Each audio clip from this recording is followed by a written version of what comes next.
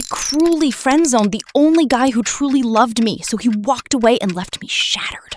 It started sophomore year of high school, backstage during fall production. I was cast in a supporting role I had no business being in, and he was the stage manager who somehow kept everything from falling apart, including me. First rehearsal, I missed my blocking cue so badly I walked directly into a moving flat. He caught it before it crushed my foot, looked at me completely straight-faced, and said, maybe stay left of the tape marks from now on. Every Wednesday and Saturday rehearsal after that, he'd pull me aside during breaks and walk me through the scenes I was fumbling. He made these tiny sketched maps of the stage so I could visualize movement. When I kept dropping my lines under the lights, he sat with me in the green room for an hour drilling them, not frustrated, just patient. He'd say, you're almost there. Try it once more from the top. When opening night came and I didn't freeze, he started clapping from the wings before my scene was even over. The director shot him a look. He didn't care. He'd scored every scene perfectly from the booth all night and still made my moment the one he celebrated. Junior year, we got cast in the same production again. First day back, he was already at the callboard when I arrived, and he'd written my character's name next to mine in the scene breakdown, with a small arrow pointing to a coffee cup doodle. Inside joke from the year before. After notes that Tuesday, he asked if I wanted to get food. Not rehearsal food, real food. He got quiet for a second, then said he'd been meaning to ask me something for a while. I thought he meant about the show. He didn't mean about the show. Something in my chest panicked, and I deflected the only way I knew how. I laughed. Not a small laugh, a real, loud, 5-second laugh, and then I said, oh my god, you're like my actual older brother. You know that, right? His face didn't crumble. It just went still, like something behind his eyes quietly turned off. Yeah, he said, that tracks. And he handed me the coffee he'd been holding and walked toward the parking lot. I told myself we'd be fine. We'd worked together for 2 years. That's when it started unraveling. He stopped running lines with me between scenes. He stopped checking my blocking. I'd look to the wings out of habit and he'd be facing the booth, headset on, not looking back. I stumbled through 2 scenes in a row at the next rehearsal and the director pulled me aside. My confidence on stage, the thing he had spent a year quietly building, started collapsing in real time. I tried to fix it. I waited after rehearsal one night and said, can we just talk? He looked at me for a moment, then said flatly, I'm not your scene partner. I'm not your green room therapist. I'm done being the person you lean on when it's convenient. Then he zipped his bag and left. I stood in the empty hallway and didn't move for a while. 2 weeks later, I saw him at a cast party. He was in the corner with a girl from the senior ensemble, the kind of performer who makes everything look effortless. She was laughing at something he said, real laughing, and he was looking at her the exact same way he used to look at me when I finally nailed a scene I'd been struggling with. Warm, proud, quietly delighted. That's when my chest actually caved in. I went home and scrolled through 2 years of texts. Break a leg tonight. You owned that scene. I knew you could do it. He'd sent me a voice memo the night before opening night last year, just him doing a dramatic reading of my worst early rehearsal to make me laugh before I went on. I sat on my floor and cried until I couldn't breathe. I tried one more time. Caught him by the scene shop after school. I started, I'm sorry. I think I had feelings and I didn't. He stopped me. I made it obvious for 2 years. You decided what I was to you. I'm done being the supporting role in your story. He picked up his bag and walked out. At closing night, he ran the show perfectly. He always does. I watched him from the stage and realized I hadn't lost just the best friend I'd ever had. I'd lost the only person who ever made me believe I was worth watching, and I laughed at him for it.